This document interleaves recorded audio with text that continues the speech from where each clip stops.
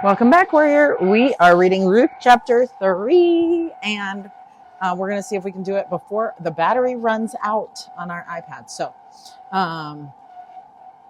says, Ruth gleans in the fields of Boaz, a near relative of Naomi. He treats Ruth kindly. Okay. I wonder if he even knew if she was his relative, right? Okay. If he was her relative. Okay, then Naomi, her mother-in-law, said unto her, My daughter, shall I not seek rest for thee, that it may be well with thee? And now is not Boaz of our kindred, with whose maidens thou wast? Behold, he winnoweth barley tonight in the threshing floor. Wash thyself, therefore, and anoint thee, and put thy raiment upon thee, and get thee down to the floor. But make not thyself known unto the man, until he shall have done eating and drinking. And it shall be, when he lieth down, that thou shalt mark the place where he shall lie, and thou shalt go in and uncover his feet, and lay thee down, and he will tell thee what thou shalt do. And she said unto her, All that thou sayest unto me I will do. And she went down unto the floor, and did according to all that her mother-in-law bade her. And when Boaz had eaten and drunk, and his heart was merry, he went to lie down at the end of the heap of corn. And she came softly and uncovered his feet and laid her down. And it came to pass at midnight. Okay, first I need to say that I have read about this situation. And it feels very like flirtatious or a little bit sounding inappropriate, but it actually is symbolic. And like nothing bad happened here, like nothing naughty, or you know what I mean? And so it just feels that way because we're not used to like their customs.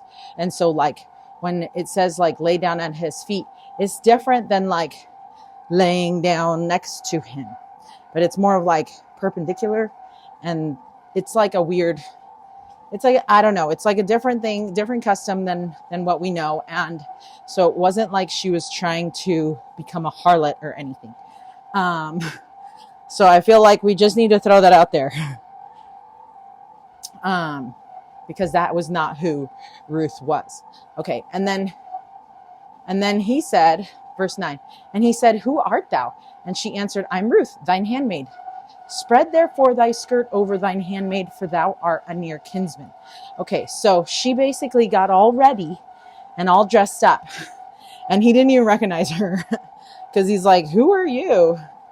Right? And so then she did the whole spread thy skirt over thine handmaid. So like it's the corner of the skirt. So like think about how much if you had like a long gown, think about how much of your gown would actually cover your feet, right? Just like that part was supposed to be put on her, right? And that was supposed to mean like some kind of like promise to marry her kind of a thing. Like some kind of, I don't know, it's like a traditional thing, and I'm trying not to be super judgy about it. Because I know how it sounds, because that's how it sounded to me. And so anyways, let me, hold on. So we're at verse 9, right? Because she says an answer. Okay, so spreading the skirt thing. Okay, so we're reading commentary right now. Okay, it says, Ruth gleaned in Boaz's field until the end of barley wheat harvest. So for a lot of days, right? So then Ruth would go to Boaz's fields, laying up plenty of grain for her and Naomi. It's easy to focus on all that Ruth was doing for Naomi, but Naomi too had something to give. And here in these verses, we will see how much Naomi will bless Ruth. Naomi understood the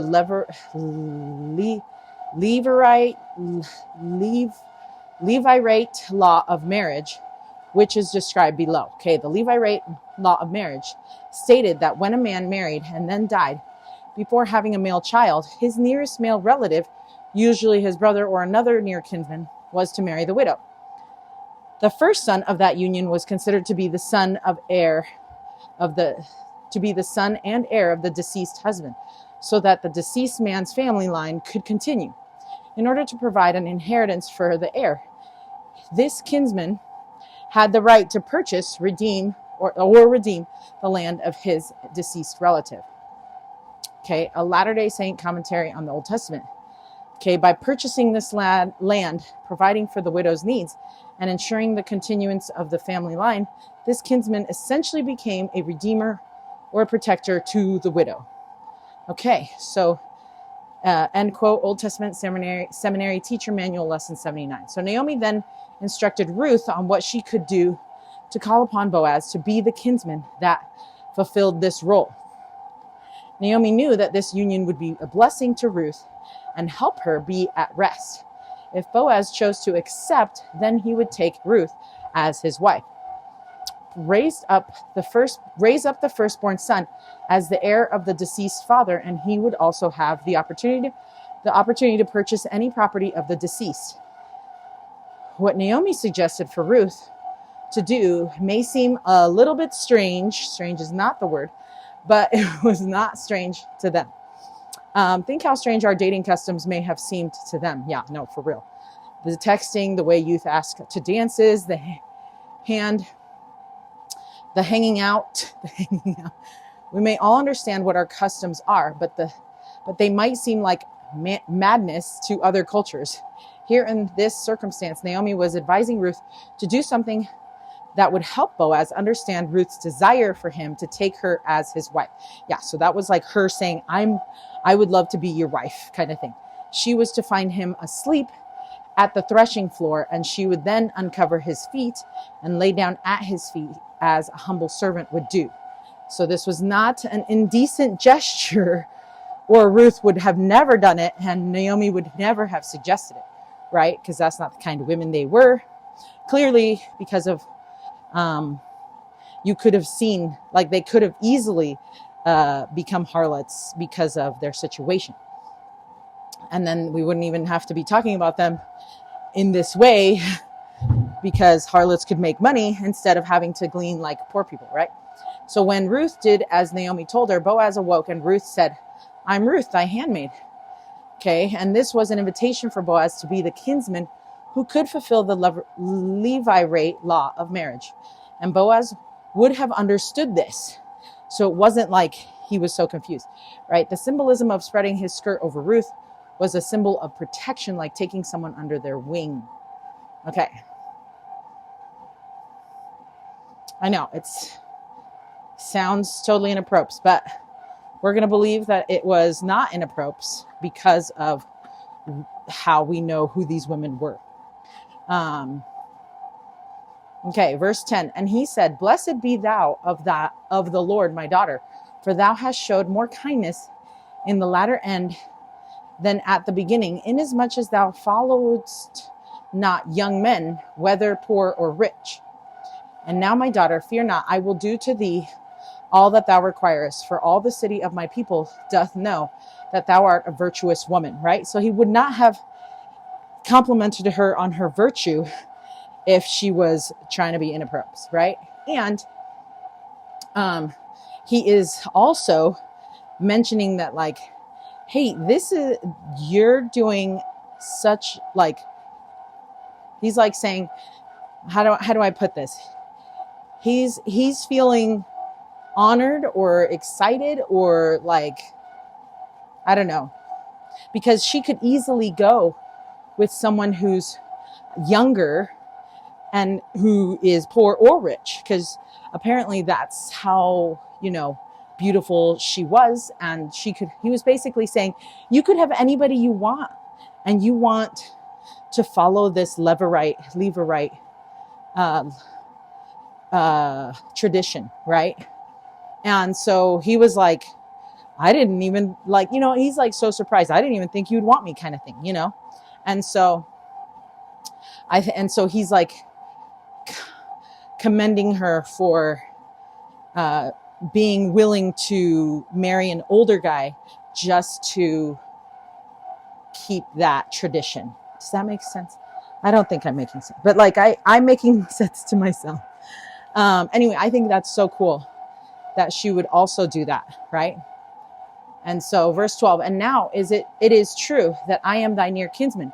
Howbeit there is a kinsman nearer than I. Okay, so there is somebody that's actually a closer kinsman. Tarry this night, and it shall be in the morning that if he will perform unto thee the part of a kinsman, well, let him do to the kinsman part. But if he will not do to the part of a kinsman to thee, then will I do the part of a kinsman to thee.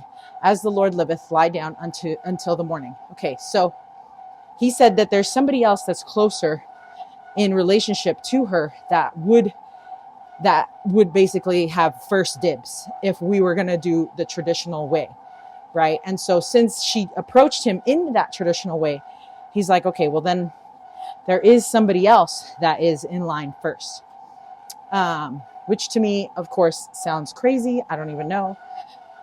But again, our customs are different than their customs, okay? So we just respect that. And so I also think it's super cute, like that he's like so excited to just like marry this awesome young lady, because he must have been that old, I guess. But still, he was still super kind to her, right? And you could see why he was so kind. Because it seemed like he thought she was pretty cute to let her do all that stuff in the field. Okay. Okay, so then she lay at his feet until the morning, and she rose up before one could know another. And he said, let it not be known that a woman came into the floor. And he said, bring the veil that thou hast upon thee, and hold it. And when she held it, he measured 6 measures of barley, and laid it on her, and she went into the city. I don't know what that means, but okay. And when she came to her mother-in-law, she said, who art thou, my daughter? And she told her all that the man had done to her. And she said, these 6 measures of barley give he me, for he said to me, go not empty unto thy mother-in-law. Okay. And then verse 18, then said she, sit still, my daughter, until thou know how the matter will fall. For the man will not be in rest until he have finished the thing this day. Because he was so excited. He was just like, I'm going to marry Ruth. And he was so excited about it that he was just going to work at it this whole time, right?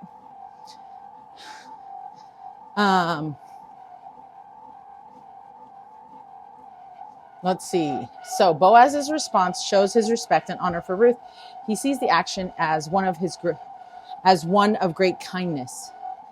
She could have sought a marriage. Okay, so see, I just said she could have sought a marriage of the kinsman, but then her husband's family would not be honored because another husband would not raise a child in honor of the deceased family member. Boaz agreed to marry her, but acknowledged that there was a kinsman near. So Boaz will do everything in the proper order and approach that kinsman to see if he wanted to take part, if he wanted to do his part. Boaz then swore an oath saying that as the Lord liveth, showing Ruth the sincerity and seriousness of his promise.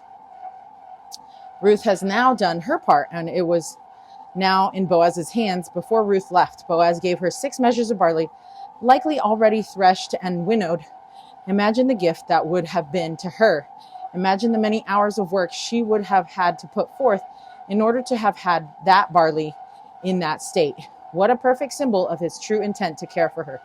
Ruth was able to return to Naomi with the wonderful news and the barley. Think of the relief this would have been to Naomi. Naomi would have seen Ruth's sacrifice, which was now going to be rewarded with an honorable spouse. Also, there would be a son raised in the name of her deceased son, therefore carrying on her family line. That to me is so confusing. I have no idea how that works. However, there was still some unfinished business, and this could all go a different way. The near kinsman may decide to fulfill his role, and this man might not be like Boaz. But Naomi knew Boaz's character and told Ruth that he will not be in rest until he takes care of this matter. So cute, right? So Ruth and Boaz knew of each other's honorable character before they agreed to marry one another.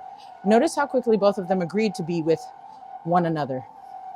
If you teach teens, this could help invite a good decision or discussion about how they can find their own Ruth or their own Boaz someday. What kind of lives did Ruth and Boaz live before they knew one another? What kind of choices had shaped them? What kind of people had they become before they ever met one another? And what does this teach the youth? It's very good. Okay, so we have a, read it, live it. There we go. And it says, it's the part that's so confusing, right? It says, spread therefore thy skirt over thine handmaid. Definitely not in an appropriate way, okay? So the Livet says, this wasn't flirtation. It was a request for covering, safety, redemption.